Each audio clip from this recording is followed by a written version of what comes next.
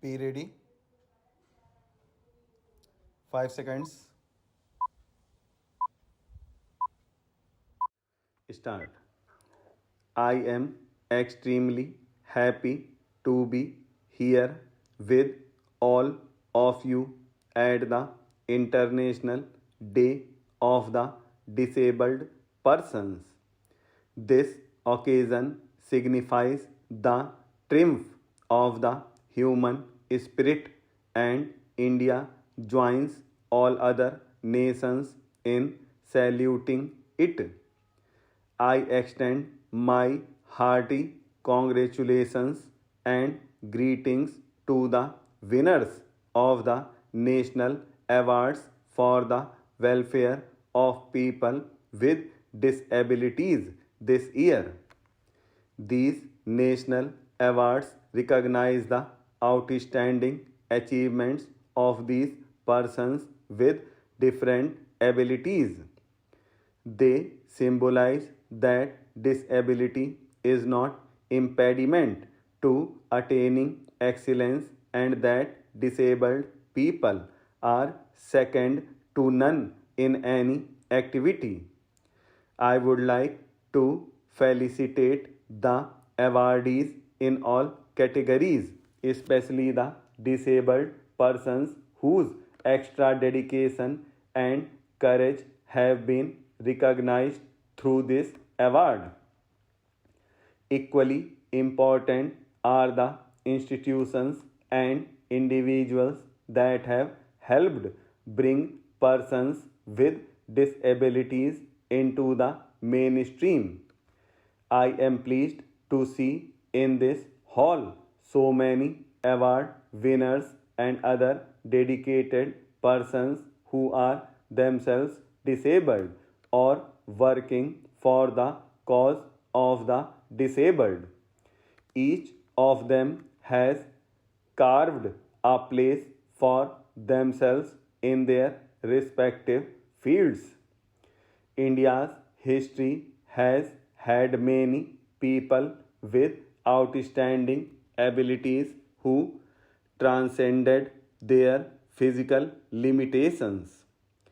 The philosophy of sage Ashtavakra, the bravery of Rana Sanga, the poetry of Surdas are a cherished part of our heritage. Such people have been the torch bearers of our society, shedding light and bringing hope and courage to millions of people. Today, too, there are many talented persons in music, dance, painting, literature who have surmounted physical challenges to achieve their goal.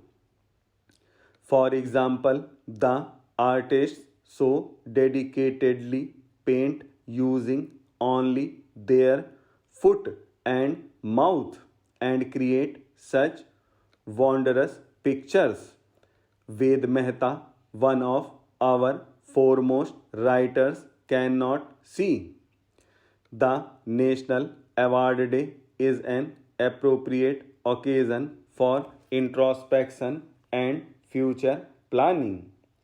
The task before us is challenging.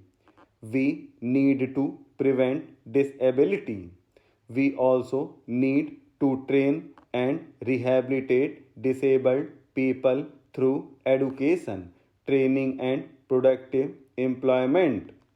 Prevention and early detection of disability needs good health services. Nutrition, family planning, and immunization programs like the Pulse Polio have to be strengthened. In this connection, I am happy to announce that the National Pilot Project for Early Intervention to prepare the mentally challenged persons to integrate with family and community that I had inaugurated in June this year is being extended to cover 1 lakh children. We can take the help of technological progress for the disabled persons. I would like that the price of all such aids and appliances is reduced through appropriate social and government intervention so that even the poorest person can use these devices and improve the quality of his life. The physical environment in which the disabled live and work has to improve.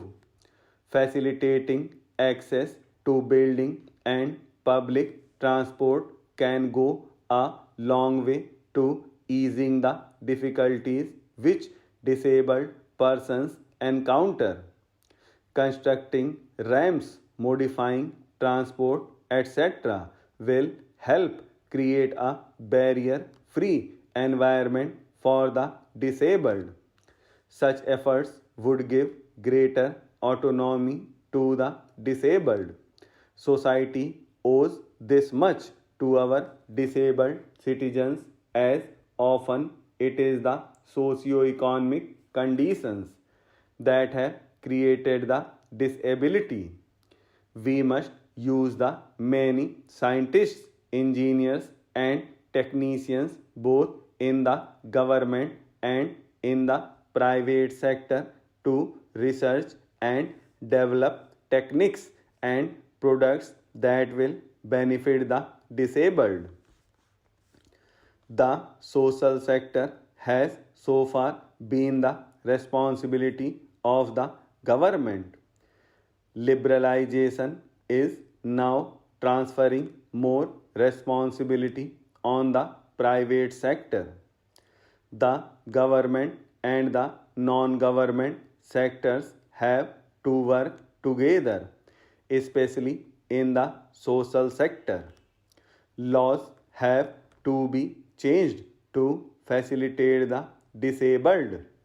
Society's attitude too must change from pity to active compassion. Only then can the disabled get their rightful share of all benefits that society can offer. Healthcare, education, and employment are the critical areas where the disabled need greatest support. They also need social rehabilitation both within their families and in their neighborhoods. There are rigidities in the system because of which the disabled are not able to use even the facilities that the law provides. There are few facilities that will help them even cast their vote. These legal, administrative, and physical barriers must be removed. The government, NGOs, and professionals have to get together and identify how to provide these critical services to the disabled, especially for disabled women in rural and far-flung areas who are the worst sufferers. We must pay extra attention to the northeastern states and to Jammu and Kashmir. I again applaud today's awardees for doing so well in their chosen fields despite several odds. Their success is due not just to their indomitable spirit but also to the wholehearted support of their family and community, which needs to be acknowledged. India has to work tirelessly to create a society where the disabled are fully integrated in the daily lives and in the hearts and minds of all of us. They too are a part of our precious human resources, and they too can and must contribute equally in nation building. I hope and trust that this shall be achieved in future.